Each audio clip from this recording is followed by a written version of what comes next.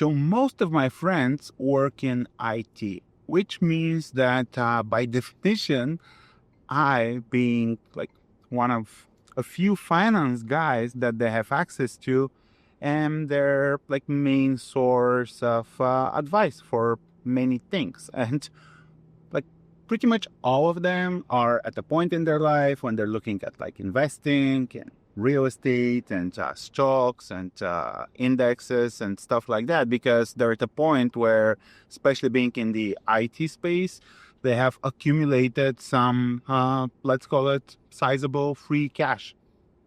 And most of them ask me about investment advice. And I can't stress enough that investing, unless you want to do like the safe S&P 500 route or real estate, is not something that just requires financial knowledge. In it's essentially its own thing. It's way more advanced than TikTok influencers make it out to be.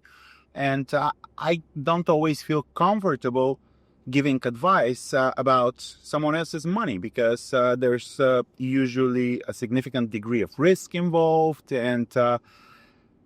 and people, especially people that are not financially sophisticated, they tend to not fully comprehend the associated risk. So if something happens, I don't want people to blame me and stuff like that. But anyway, so something that you probably don't know about me is that I've started like developing a certain passion over the past year and a half about playing a lot of games on my Nintendo Switch and collecting a lot of physical releases of games. Because especially now, Switch 2 came out and it pretty much confirmed what we were all expecting, that all those publishers are moving away from physical, going hard on digital, and like even most of the cartridges and CDs that you can buy for different consoles are just what did Nintendo call them, game key cards. So it's just the key to download the game, which kind of sucks because you can still go out and buy a plethora of like Sega Genesis games, Super Nintendo games, and just find the console, plug it in, and it all works because it's all physical there on the cartridge. And I kind of feel that we're gonna lose that over time. So part sentimental, like nostalgia from when I was a kid and I was playing video games, part like just a new hobby to let off some steam. But Steam, got it. But yeah, so I've been collecting a lot of games, and my friends have been like baffled with the fact that me being the finance guy, I'm spending money on video games. And it's kind of hard to explain, but I wanted to share that because a lot of people see collecting as investing. And I think that's actually a huge problem for the people that are actually collectors.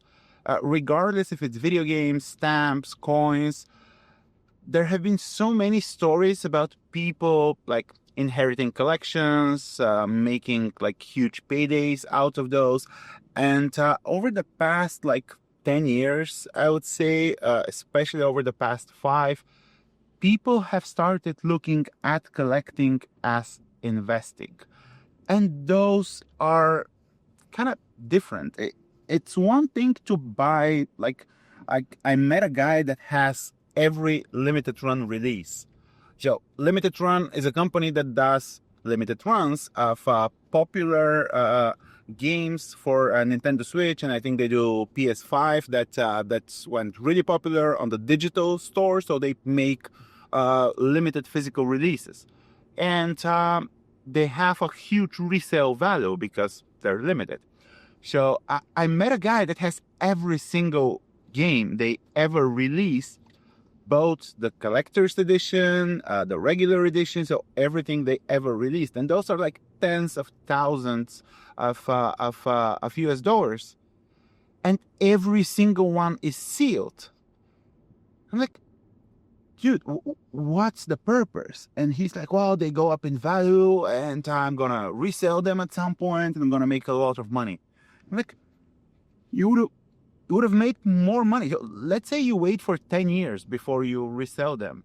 First of all, you don't know if people will end up with the Nintendo Switch games being as collectible as, for example, Super Nintendo games are now.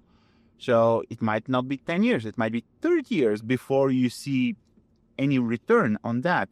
And granted, he can resell them now for about, on average, 1.5, like 1.5, the cost he paid, because some of them are like way more expensive, but some of them are pretty much not that desirable.